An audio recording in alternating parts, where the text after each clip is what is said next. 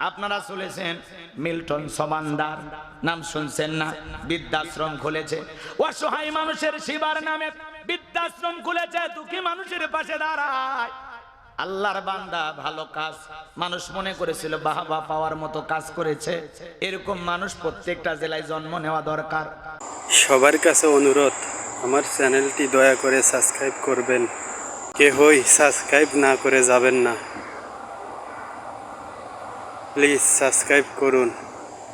Milton সমান্দারের মতো সবাই ভালো মনে করেছিল, এখন দেখা যাচ্ছে বৃদ্ধাশ্রম খুলে অসহায় মানুষের সেবার নামে তাদেরকে কিছুদিন সুস্থ রেখে আবার চিকিৎসার নাম কইরা তাদের কিডনিগুলো বিক্রি করে দেয়, দেহের অঙ্গ প্রত্যঙ্গ বিক্রি করে দেয়, সেবার নামে মুখোশের আড়ালে এই ধরনের কাজ করতেছে। আজকে মুখোশের আড়ালে সব কি হচ্ছে? জাতির মানুষের সামনে, মিডিয়ার সামনে যখন কথাগুলো প্রচার হয়ে গেছে, মানুষ অবাক হয়ে যাচ্ছে। হারে, জাকাতের টাকা মানুষ পাঠাইতো বৃদ্ধাশ্রমে, মানুষ লক্ষ লক্ষ কোটি কোটি টাকা দিয়ে সহযোগিতা করত, বিদেশ থেকে মানুষ টাকা পাঠাইতো। আমার ভাইরা, এই মিল্টন সমান্দালের 1-2 নয়, প্রায় 2 কোটির মতো মানুষ ফলোয়ার। সাকিব খানের বেল নাই, সাকিব আল হাসানের বেল নাই। বাংলাদেশের সবচাইতে বড়, এখন সবচাইতে বেশি ফলোয়ার তার। ডক্টর মিজানুর রহমান আজহারি ভাইয়ের এত ফলোয়ার নাই, তার চাইতে বেশি ফলোয়ার তার। কেন হলো? বিভিন্ন ওলামা ইকরামদের ছবি দিয়া, কখনো শাইখুল হাদিস আল্লামা মামুনুল হকের ছবি দিয়া, কখনো আল্লামা দেলোয়ার হোসেন সাইদি হুজুরের ছবি দিয়া বলে, আমি সাইদি সাহেব বলছি আমাকে একটা ভোট দেন, ডান পাশের বাটনে একটা লাইক দেন। বোঝেন নাই? এগুলো আবার বুস্ট করতো, এগুলোর মাধ্যমে লাইক শেয়ার কমেন্টস বেশি হইতো। এরকম করতে করতে ফলোয়ার বাইরে গেছে। আবার যাদের সেবা করে, দুঃখী মানুষের উপকার করে, ওটা আবার লাইফে সারে প্রচার করে। আমরা দেখে মন থেকে দোয়া করেছিলাম, আল্লাহ তোমার এই গোলামের হায়াত বাড়ায় দাও, এই মানুষটা বড় ভালো। এখন দেখতেছি বৃদ্ধাশ্রমের নামে অসহায় মানুষের কিডনি গুলো বিক্রি করে দিচ্ছে, অসহায় মানুষের সেবার নামে মুখোশের আড়ালে এসব হচ্ছে কি মিডিয়াতে প্রচার হয়ে মানুষ এখন সিসি করতেছে। আরে আল্লাহর বান্দা কেমনটা করেছে?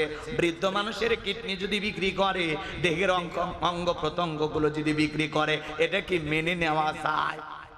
যারা বলেন মেনে নেওয়া যায়? এটা সেবার নামে ডাকাতি, কথা বলেন ঠিক কি না? অসহায় মানুষদেরকে তুলে নিয়ে যায়, একটু সেবা করে, মানুষ ভালো বলতেছিল, এটার সুনাম সুখ্যাতি ছড়িয়ে পড়েছিল।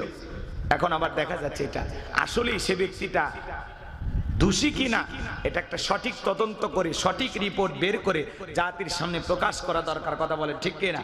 তবে মিডিয়াতে শুনতেছি যে সমস্ত মানুষগুলো মারা যাইতো, পাশের মসজিদের ইমাম সাহেব তার গোসল করায় দিত, সে বলতো আমি লক্ষ্য করেছি প্রত্যেকটা লাশের কিডনির এই সাইডে সেলাই করা, কেটে সেলাই করেছে, এটা বোঝা যায়। তো আমি 2-4টা এরকম হইতে হইতে জিজ্ঞাসা করেছিলাম। তখন আমি যখন জিজ্ঞাসা করেছি, তখন আর লাশ এই মসজিদে দাফন কাফন বা ধোয়ানোর জন্য আর নিয়ে আসে না, এটা এখন অন্য জায়গায় অন্য মানুষকে দায়িত্ব দিয়েছে। মাঝে মাঝে দেখা যায় একদিনে 4-5 জন মানুষও মারা যায়। এই যে সমাজের অস্থিরতা, আবার শোনা যাচ্ছে সেখানে টর্চার সেল আছে, যেখানে মানুষকে, বৃদ্ধা মানুষকে পিটাইতো, আঘাত করতো। তো এগুলো কেন ভাই? আমরা বলতে চাই, যারা সেবা করতে চাও, সত্যি সেবা করো, সত্যি মানুষের পাশে দাঁড়াও, মানবতার সেবায় এগিয়ে আসো, দুঃখী মানুষের পাশে দাঁড়াও। কিন্তু সেবার আড়ালে যেন কোনো ভণ্ডামি না হয়, নোংরামি না হয়, মানুষকে যেন কষ্ট না দেওয়া হয়, মানুষের অঙ্গ প্রত্যঙ্গ বিক্রি যেন না করা হয়। বৃদ্ধ মানুষগুলোর যদি দেহের অঙ্গ প্রত্যঙ্গ বিক্রি করে দেওয়া হয়, এটা বিশাল বড় প্রতারণা, কথা বলেন ঠিক কিনা?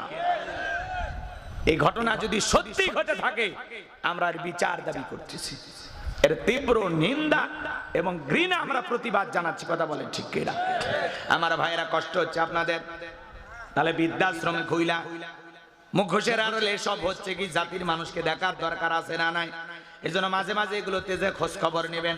দুঃখ লাগে বাজান গো আমার, কোটিপতি শিল্পপতি যারা, তাদের বৃদ্ধাশ্রমে মা বাবাকে পাওয়া যায়, কোন গরিব দুঃখী অসহায় এদের মা বাবাকে পাওয়া যায় না।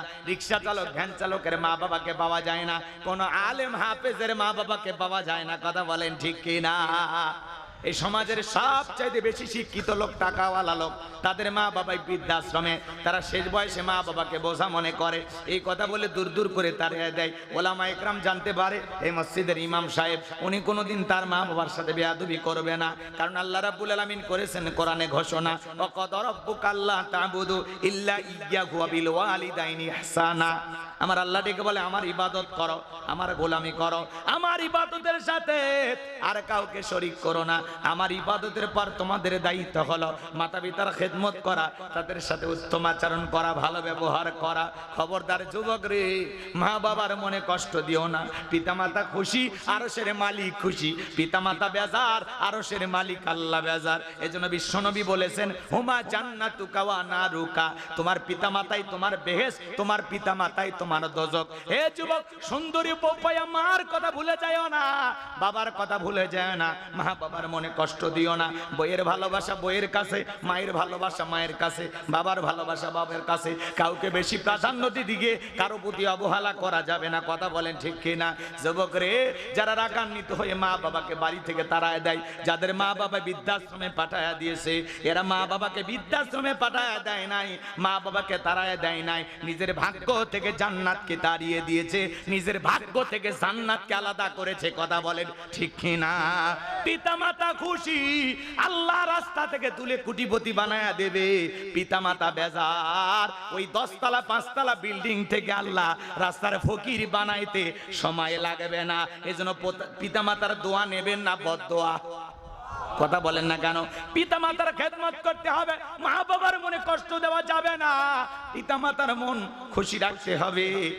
তারা শিশুকালে যেভাবে আমাদেরকে আগলে রেখেছেন, বৃদ্ধকালে বয়স বেশি হয়ে গেলে সেভাবে মা বাবাকে আগলায় রাখবেন, ভালোবাসা দিবেন। মা বাবা কত বড় দামি নিয়ামত, সে মা বাবার চেহারার দিকে তাকাইলে, ভালোবাসার নজরে তাকাইলে আমল নামায় আল্লাহ কবুল হজরে সব লিখে দেয়। হে যুবক, সেই মা বাবার মনে কোনোদিন কষ্ট দিবা না, পিতা মাতার মন জয় করবা। পিতা মাতার দোয়া নিতে কোন কোন যুবক রাজি? দুইটা হাত তুলে আল্লাহকে একবার দেখাও। আল্লাহ আমাদের সবাইকে পিতা মাতার খেদমতকারী সন্তান হিসেবে কবুল করুন। জোরে বলুন আমিন। আরেকটু জোরে বলুন আমিন।